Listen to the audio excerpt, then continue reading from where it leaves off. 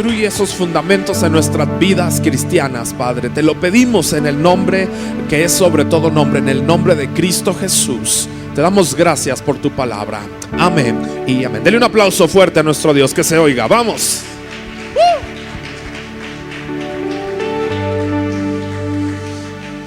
Volté con uno de sus amigos que tiene al lado.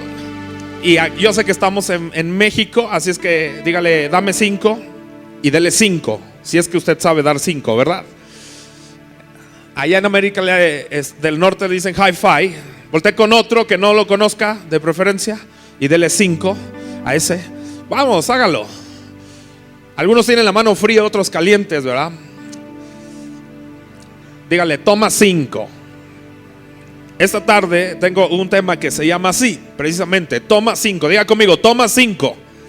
Grítalo otra vez, toma 5. Hay 5 consejos que tengo esta tarde, esta noche, y que tengo el privilegio de compartirlos con todos ustedes. 5 consejos para nuestra vida cristiana. 5 consejos que nos van a bendecir y nos van a ayudar a poder modelar una vida en Cristo Jesús. ¿Cuántos de aquí son salvos? Digan amén. ¿Cuántos de aquí creyeron en Cristo Jesús? Digan un fuerte amén.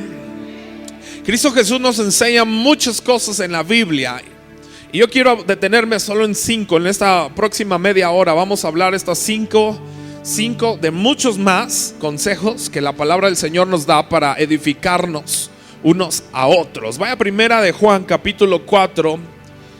Primera de Juan capítulo 4. Es algo que está sucediendo en este tiempo muy fuertemente. Hay muchas personas en la Ciudad de México y en muchas otras ciudades, no solo en este país, sino en muchas otras naciones. Hay muchos hombres, muchas mujeres que hoy se están levantando y están predicando acerca de la Biblia, están predicando acerca de Dios. Diga conmigo en voz fuerte, pero no todos dicen la verdad. Y es esto muy claro y muy evidente a nuestro alrededor. Hay personas que están creyendo, o más bien creen que creen en la verdad, pero no están creyendo realmente en la verdad. Lo peor del asunto es de que ahora todo el mundo se jacta de tener la verdad. No sé si usted se ha dado cuenta de eso. Yo era cristiano desde muy chiquito, y en todo el tiempo que llevo de ser cristiano nunca había habido esa revolución o esos dichos tan presentes dentro de la iglesia acerca de que los pastores, los predicadores o las denominaciones y los diferentes ministerios o iglesias, ¿verdad? O grupos que leen la Biblia, que siguen a Cristo Jesús, aparentemente nunca se había visto y ni había escuchado eso de que nosotros tenemos la verdad, fuera de aquí no hay más. Y hay un consejo que habla precisamente, o lo encontramos en Primera de Juan capítulo 4 verso 1. Dice: queridos hermanos, no les crean a todos los que dicen que tienen el Espíritu de Dios. Pónganlos a prueba para ver si son lo que dicen ser, porque el mundo está lleno de falsos profetas. Lo vuelvo a leer. Queridos hermanos, no les crean a todos los que dicen que tienen el Espíritu de Dios. Pónganlos primero ¿a qué? A prueba. Diga conmigo, a prueba, para ver si son lo que dicen ser, porque el mundo está lleno de falsos profetas. Juan capítulo 7. Vámonos ahora al libro de Juan, el Evangelio de Juan capítulo 7 verso 17. El mismo Señor Jesús habla esto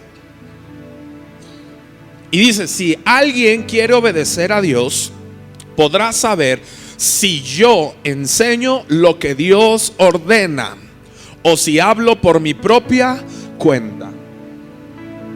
Jesús mismo les dice a sus discípulos: si alguien quiere obedecer a Dios. ¿Cuántos de aquí queremos obedecer a Dios? Digan un fuerte amén.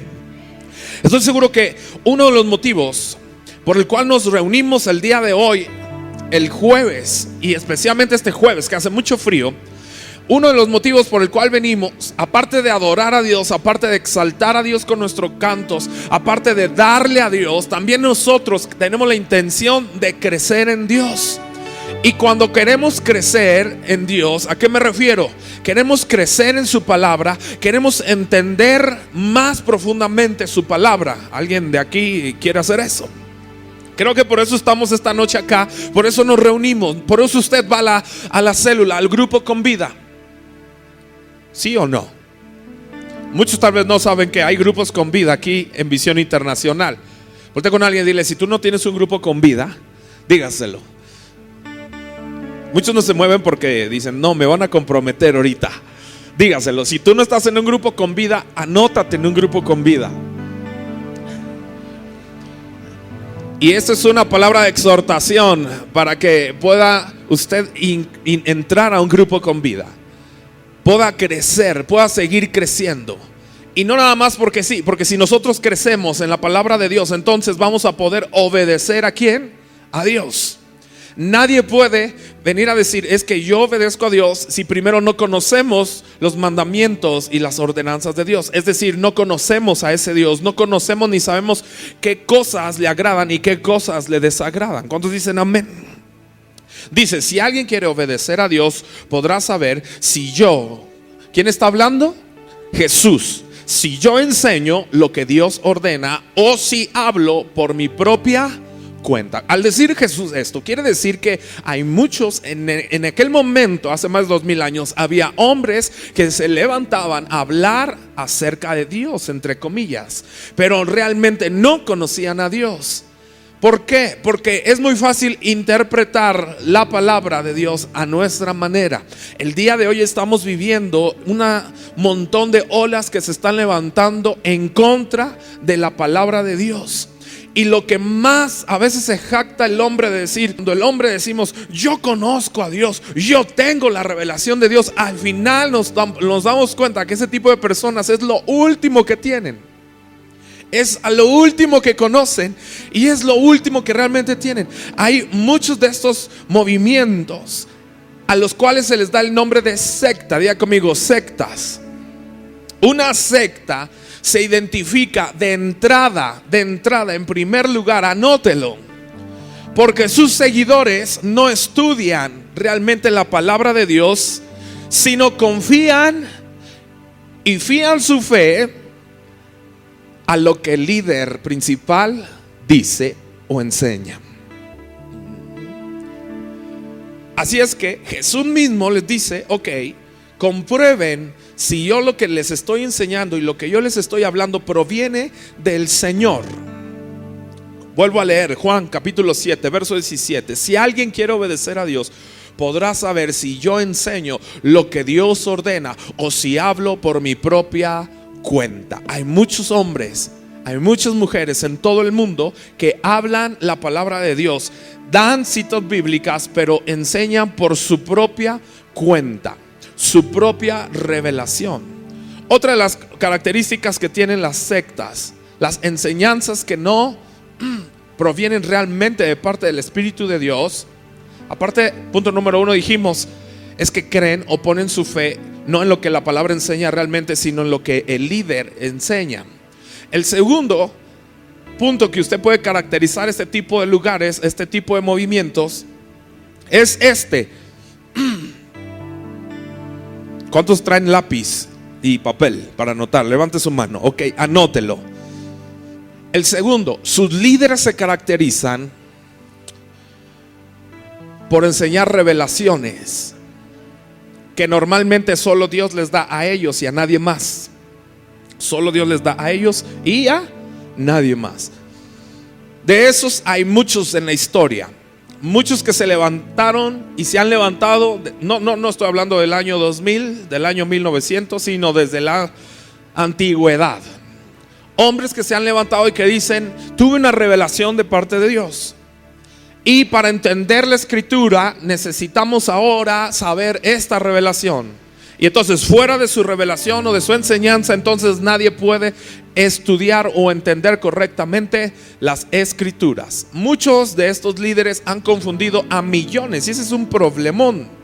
Millones de hombres y mujeres están siendo confundidas en todo el mundo por este tipo de personas carismáticas. Alguien carismático es alguien que te cae bien, es alguien que aparentemente, ¿verdad? Es muy buena onda, muy santo, hablando de las sectas, ¿verdad? Muy santo, tiene intimidad con Dios, pues la verdad es de que no conocen realmente a Dios. El día que usted mire a una persona, así sea aquí en visión, ¿verdad? O me mire a mí diciendo, solo lo que Dios me dio, solo la revelación que Dios me dio y que yo tengo es la única real y verdadera, ¿verdad? Solo en Visión Internacional tenemos la verdad.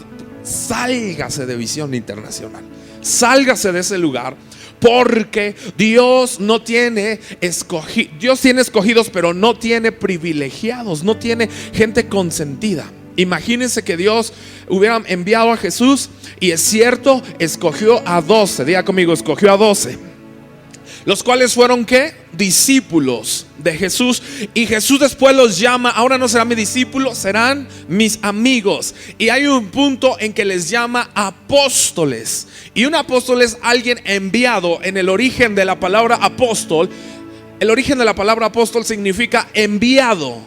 Enviado. ¿Cuántos de ustedes quieren ser realmente apóstoles? Levanten su mano, díganme. Ok, por eso estamos aquí preparándonos. Y en algún momento estoy seguro que Dios se podrá valer de nuestras vidas y nos podrá enviar a diferentes lugares. ¿Cuántos quieren ser enviados? Digan un fuerte amén. Ok. Ahora, un apóstol es un enviado, y estos 12 ahora se convirtieron en enviados del Señor Jesús para ir a predicar su palabra, ir a predicar lo que ellos vivieron de cerca con Jesús. Pero no quiere decir que única y exclusivamente estos 12 hombres iban a tener la revelación de parte de Dios. A pesar de que estuvieron con Jesús, caminaron con Jesús, tuvieron un privilegio increíble y grandioso. Fueron escogidos por Dios, pero no fueron los únicos, porque entonces ¿dónde queda el apóstol Pablo, por ejemplo?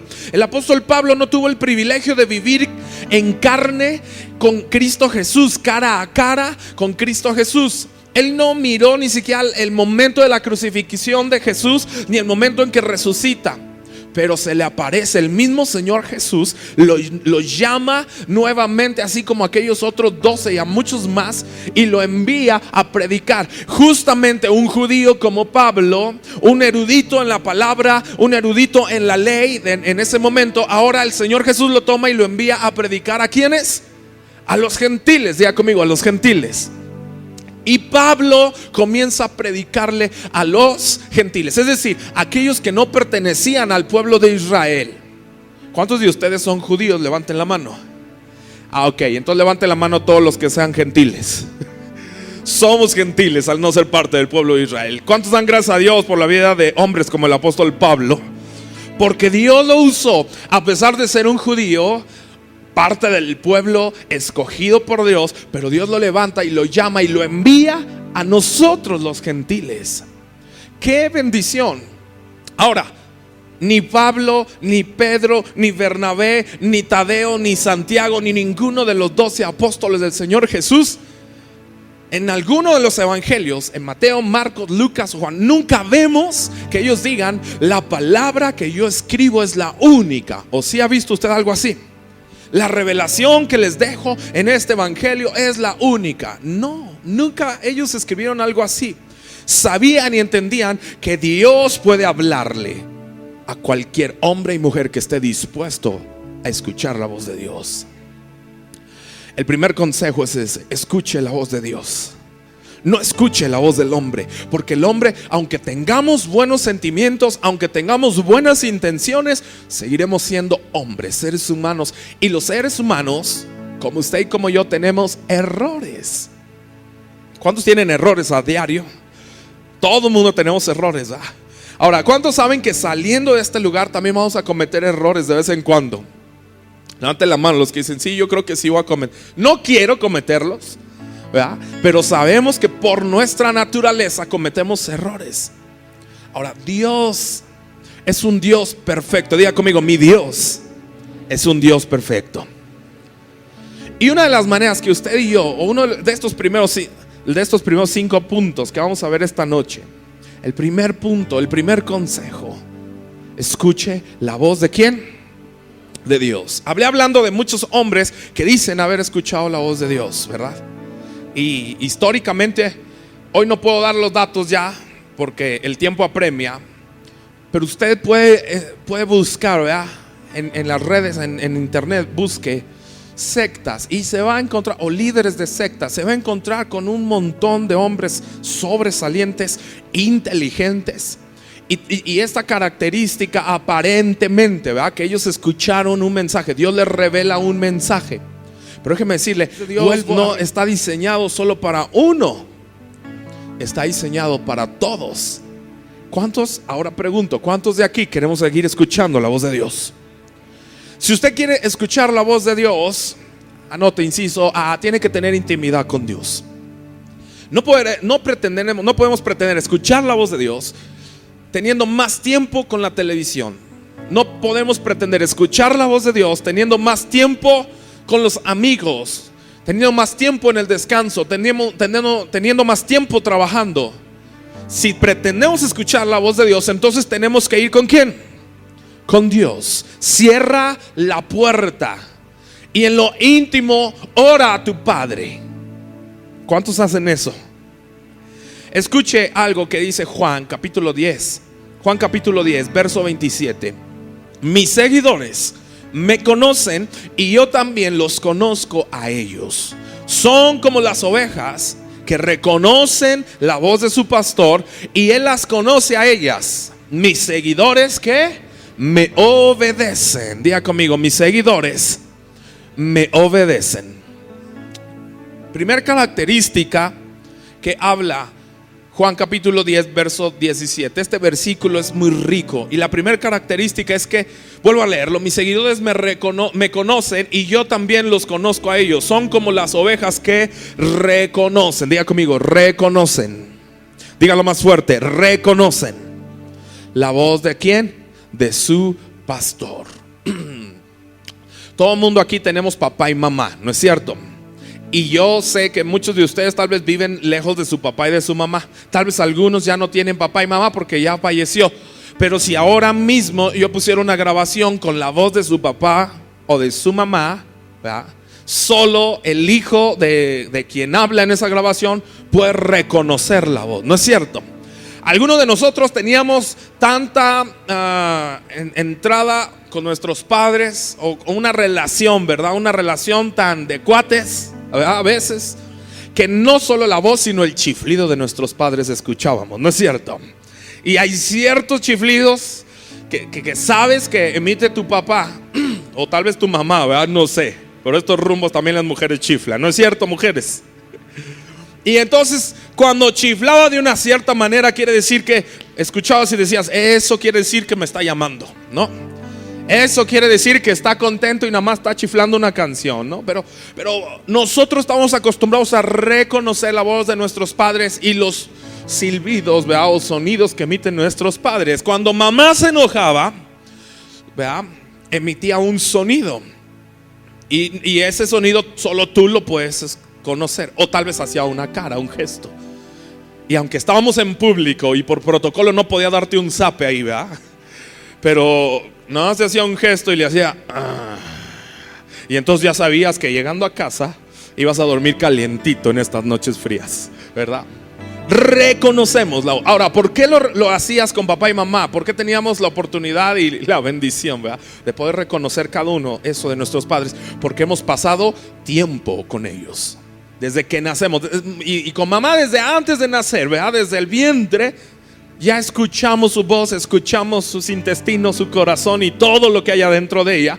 Y entonces al pasar tiempo podemos reconocer. Usted con alguien, dígale, tienes que pasar tiempo con Dios para escuchar la voz, que es este primer consejo. ¿Cuál es el primer consejo? Escuchar su voz. Bueno, para escuchar su voz, para saber reconocer la voz de Dios, tenemos que pasar tiempo ¿con quién?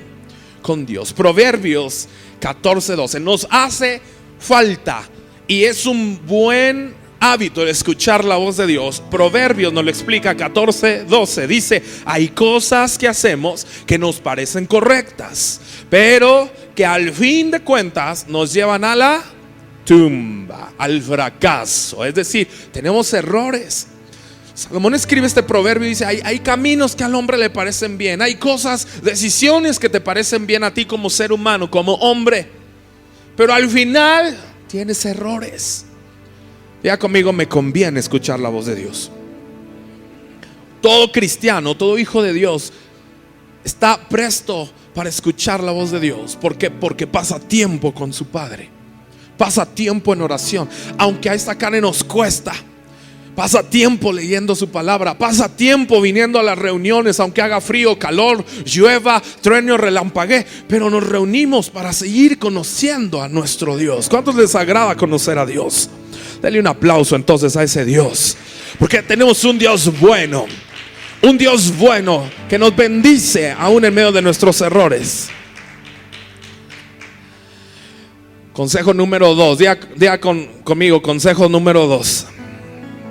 Y nos vamos rápido. A los que anotan, alinee su vida a la palabra de Dios. Alinea tu vida a la palabra de Dios. Esto es algo que nos cuesta mucho también. Así como orar te cuesta físicamente, ¿verdad? Te cuesta. Mi esposa me decía, me estoy parando y me voy a parar en estos días a las 6 de la mañana, ¿verdad? 5:30, 6 de la mañana para orar. En estos días nos dijo mi esposa eso. Ayer creo en la noche nos dijo. Estábamos en la habitación, ella, mis hijos y yo, y nos dijo, me voy a parar a esta hora. Hay quien guste, ¿verdad? Los invito. Uy. Y yo lo primero que le dije, a las 6, mi amor, pero se hace un frillazo ahorita. Nos cuesta. ¿Qué hubiese pasado si me hubiera dicho a las 6 de la mañana, ¿verdad? Me voy a estar parando a hacer unas quesadillas de chorizo y longaniza y quesillo? Hay quien guste. Yo soy el primero que me paro. No es cierto, porque es un placer comer. Físicamente te gusta disfrutar esos sabores, ¿verdad? Llenarte, estar satisfecho. Pero que te inviten a las 6 de la mañana a orar, ni aunque regalen el café, ¿verdad? ¿A cuántos nos cuesta doblar nuestras rodillas? A todos. Bueno, alinear nuestra vida a su palabra nos cuesta más. Pero diga conmigo, no es, dígalo fuerte, no es imposible. ¿Cuántos saben eso? No es imposible para un ser humano alinear su vida a la palabra de Dios. El apóstol Pablo dice, yo he corrido ya la carrera y he peleado la buena batalla. ¿Qué quiere decir? En su vida también tuvo esa situación que usted y yo tenemos. Esa situación en donde no queremos, nos cuesta alinearnos. Pero hay una promesa increíble que hay en Lucas 21, Lucas capítulo 21 verso 33 declara: el cielo y la tierra dejarán de existir, pero mis palabras permanecerán para siempre. Diga conmigo, mis palabras permanecerán para siempre. Esto lo declara el Hijo de Dios, Jesucristo.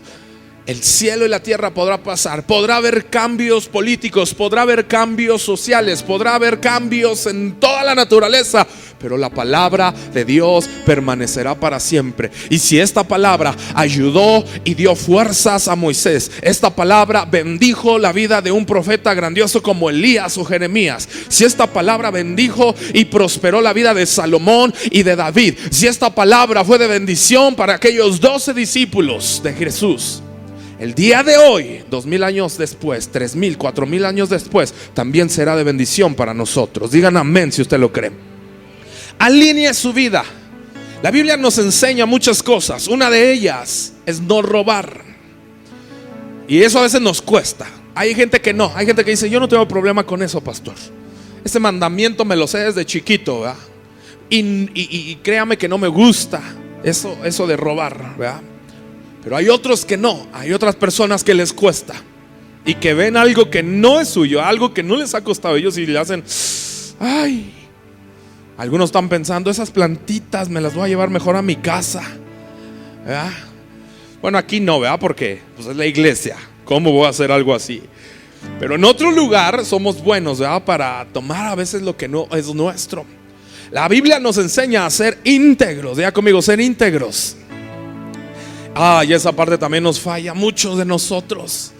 Ser íntegros es igual, diga conmigo, ser íntegro es igual, sí, a no robar, a dar el diezmo, amar a tus enemigos. Anótelo otra vez: no robar, dar el diezmo, amar a tus enemigos. Y le podemos seguir aquí toda la noche. La palabra integridad se refiere a ser completos, a ser perfectos, de una sola pieza.